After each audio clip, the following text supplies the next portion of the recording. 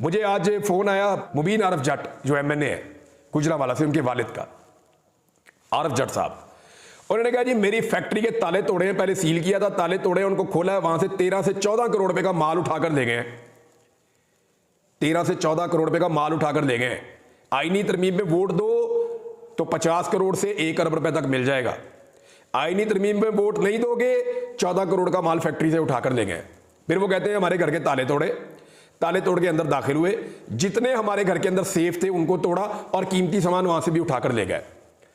और वो मुझे पूछ रहे थे यार हमें किस बात की सजा मिल रही है, हमने इस मुल्क में इलेक्शन लड़के गलती कर ली है, लोगों ने मेरे बेटे को वोट डाला, मेरा बेटा एमएनए बन गया और हमें तो कोई भी वोट नहीं डालता, वोट तो डाला लोगों ने इमरान खान को।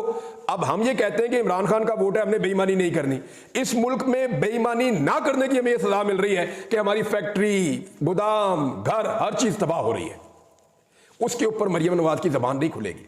खून पीने का शौक है ना, ऐसा लगता है कि ये चाहते हैं कि टॉर्चर चले, जुल्म चले, बर्बरियत चले, उसके अलावा इन्हें और कुछ पसंद नहीं है। दूसरी जानिब जो है वो जरका साहिबा से मेरी बात हुई, डॉक्टर जरका। उन्होंने सुबह फजर की मैंने नमाज पढ़ी तो मुझे उनका एक मिस कॉल आया हुआ था, मैंने उन्हें कॉल की तो उन्होंने मुझे कहा कि जी मेरे साथ बहुत बुरा हो रहा है। मैंने कहा जी आपके साथ क्या हुआ? उन्होंने कहा जी मैं पाकिस्तान के बाहर थी, मेरा बेटा, अच्छा मुझे ये पता था उनका एक जो छोटा बेटा ना वो ज़हनी तौर पे थोड़ा सा बीमार है, मैं समझा उसको उठा लिया था। उन्होंने कहा उसको नहीं उठाया, मेरा एक बड़ा बेटा है और वो इंजीनियर है और वो काम करता है, उसको उठा लिया एजेंसियों ने। मैंने कहा जी फिर क्या हुआ? कहते जी उसके बाद मेरे बेटे से बात करवाते थे। मैंने बेटे से कहा मेरी इनसे बात करवाओ, बात भी नहीं करते थे और धमकाते थे। मेरा बेटा कहता था ये मुझे कभी नहीं छोड़ेंगे, आप वापस आ जाए। तो वो एक माँ है, वो बैरून मुल्क से, पीटीआई ने मना किया आपने नहीं आना, वो मजबूर होकर पाकिस्तान आ गई। बेटे को कहते थे तुम्हारी माँ को पता है करना क्या है, सिर्फ तुम मुझे कॉल करके बुलाओ इधर।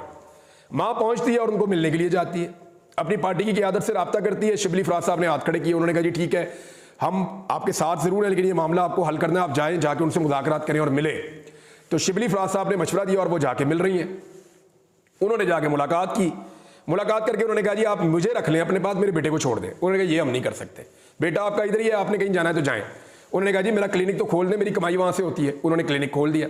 अब जरका साहिबा खैबर पख्तूनख्वा भी जा रही हैं, इस्लामाबाद, लाहौर, जहां दिल कर रहा है वहां जा रही हैं, वो घूम फिर रही हैं। लेकिन उनका बेटा जो है उनके बकौल जो उन्होंने मुझे कहा एजेंसियों की हिरासत में है, उन्होंने अपने पास रखा हुआ है।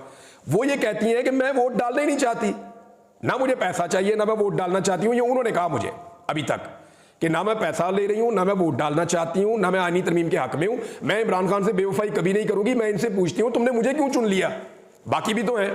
तो मैंने उन्हें बताया, मैंने कहा जी बाकियों में भी ऐसे ही दबाव है, हर एक पे अपने अपने लेवल का दबाव पड़ रहा है, ये आपके दबाव का तरीकाकार थोड़ा अलग हो सकता है। उन्होंने कहा जी बड़े अच्छे तरीके से मेरे बेटे को रखा हुआ है, मुझे भी अच्छी जगह पे रख देते हैं जब मैं उनके पास जाती हूँ। तो मैंने उन्हें कहा जी मैंने जिम जाना है, तो उन्होंने मुझे उधर भी भेज दिया, जो हम खाने के लिए मांगते हैं वो भी दे देते हैं। लेकिन वो कहते हैं जी आपने वोट डालना है आईनी तरमीम के हक में। मैंने कहा फिर आप क्या करेंगी? उन्होंने कहा जी मेरे पास 2 रास्ते हैं, आज आखिरी मेरे पास मौका है, मैं उनको वार्निंग दूंगी आज कि जी मैं अब मजीद चुप नहीं रह सकती, मैं इस मामले को खोल दूंगी। उन्होंने एक ट्वीट किया भी है और फिर मैं अदालत में भी जाऊंगी अपने बेटे की बाजियाबी के लिए। पाकिस्तान है, यहाँ पे कोई तो कानून है ना, ये सरजमीन बेआइन और बेकानून तो नहीं है।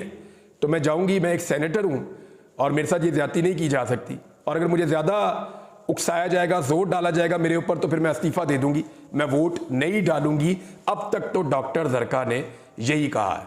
पाकिस्तान तहरीक इंसाफ ने कहा था कि बैरिस्टर अली जफर आपका केस लड़ेंगे, मुकदमा लड़ेंगे, अभी तक वो कह रही है जी उनकी तरफ से कोई जवाब नहीं आ रहा।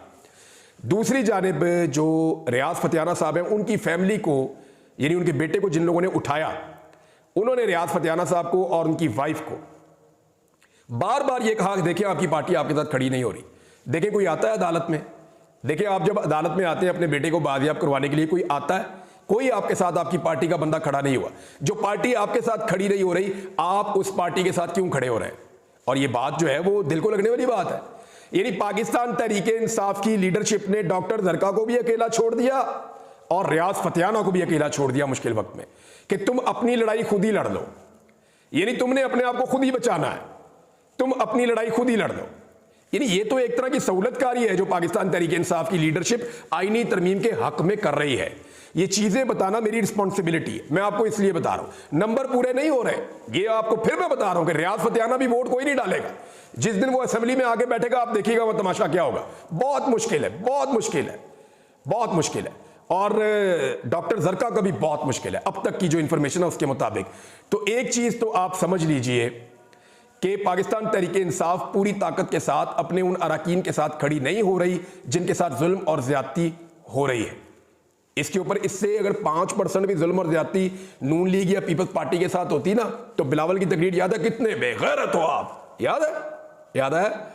यही सारा काम जो है वो PMLN ने और पीपल्स पार्टी ने करना था। लेकिन पाकिस्तान तहरीक इंसाफ जो है बिल्कुल ठंड प्रोग्राम, ऐसा लगता है खामोश सहूलतकारी की जा रही है।